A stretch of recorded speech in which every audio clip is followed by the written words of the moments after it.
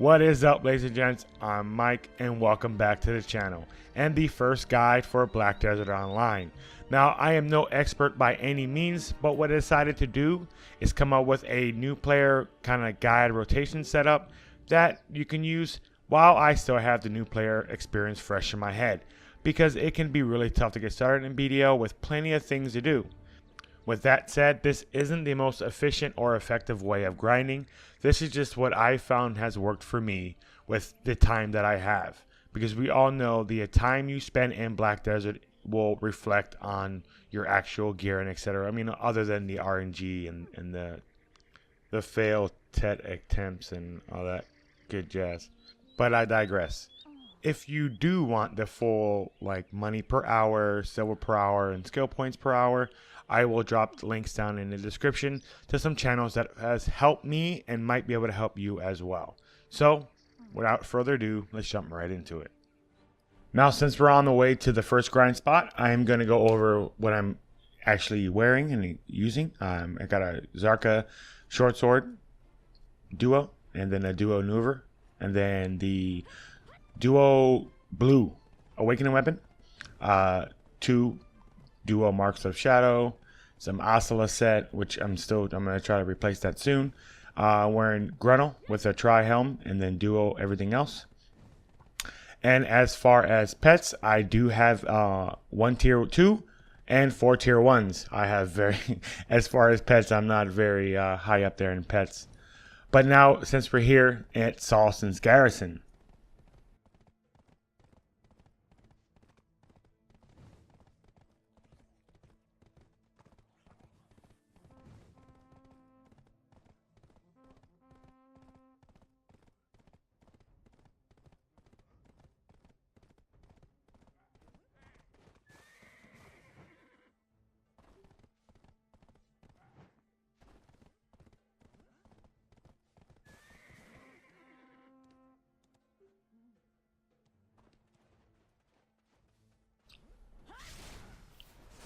and I know a lot of you guys are thinking, wait, Mike, Gahaz, everyone knows about Gahaz. That's like the best place to go when you're a new player. But the problem is when I was doing it, it was super contested. And when your grind spots are getting busted up by other players or getting ruined by other players, you tend to get a little frustrated. And like I said, not having as much time as I would like to play Black Desert, it needs to be like no one's fucking with me at all. And in this spot alone, it was about 3-4 weeks I've spent in this spot, and not once did I have to actually change channels or actually duel anyone here. There is a couple things I want to warn you about. Try, if you can, to bring a wagon, or if you have an elephant, bring the elephant, because you get tons of drops here. And the problem with this little section here is the closest town is a little ways. I mean, it's not too far, about a 5-minute hike. But, you know, who wants to stop when they're mid-grind because they're overweight? You could do the infinite sacking trick on your horse, but that's only for 1 item. So when you're getting, you know, all these armor drops and weapon drops from these mobs, you tend to fill up rather quickly. Another thing is this little section here, once you hit about 58 to 160 to 170 AP, you start killing a little too fast, which becomes extremely inefficient because you're waiting on respawns, of course, which then you should find another spot to grind.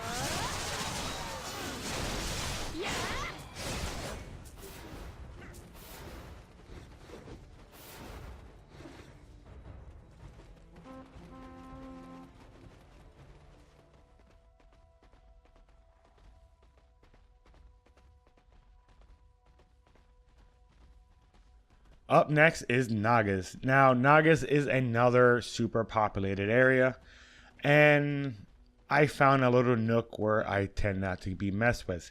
This one is a little weird. When you see it in the background, you're like, Mike, that's a weird ass rotation. But listen, it worked. I was able to stack up some money here. Didn't get too many Seraph drops in this area, but just when I decided to fucking start recording on OBS, I ended up getting 2 Seraph necklaces almost right back to back. Pretty hilarious. Now, the thing about Nagas is it is really good for XP, not so much for money. But if you end up selling, half your black stones you get from this place and keep the other half, you make a pretty decent penny. There is a part in a rotation where you got to do some parkouring, and trust me guys, you don't need to be a ninja or Kuno to do that little leap. I've done it with my Mystic and my Dark Knight. Now, this section, if someone does come over and bother you and you don't want to be bothered, I do have another section which is just north and south of the actual Kudum symbol on the actual map, which I will show you here in a second. But before I move on to that one, I do have a second or extended rotation off of this one that leads upwards. And sometimes there's gatekeepers there, and sometimes there are mobs there. So depending on your actual grind speed, you might have to. But I'm going to let the rotation play out. I'll catch you in a second.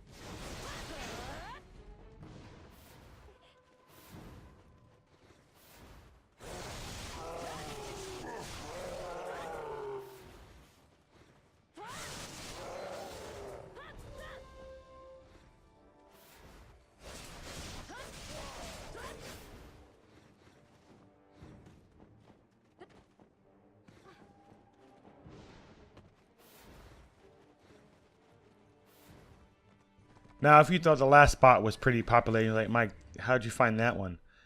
Now we're at Gahaz Bandits. Now, this is the most populated area that I've came across in the game. There's always people here.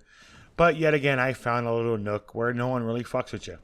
I will say that towards the beginning of the rotation, it does bleed into, I want to say it's called the Valley rotation. But at the end of the day, people really don't mess with you that much here.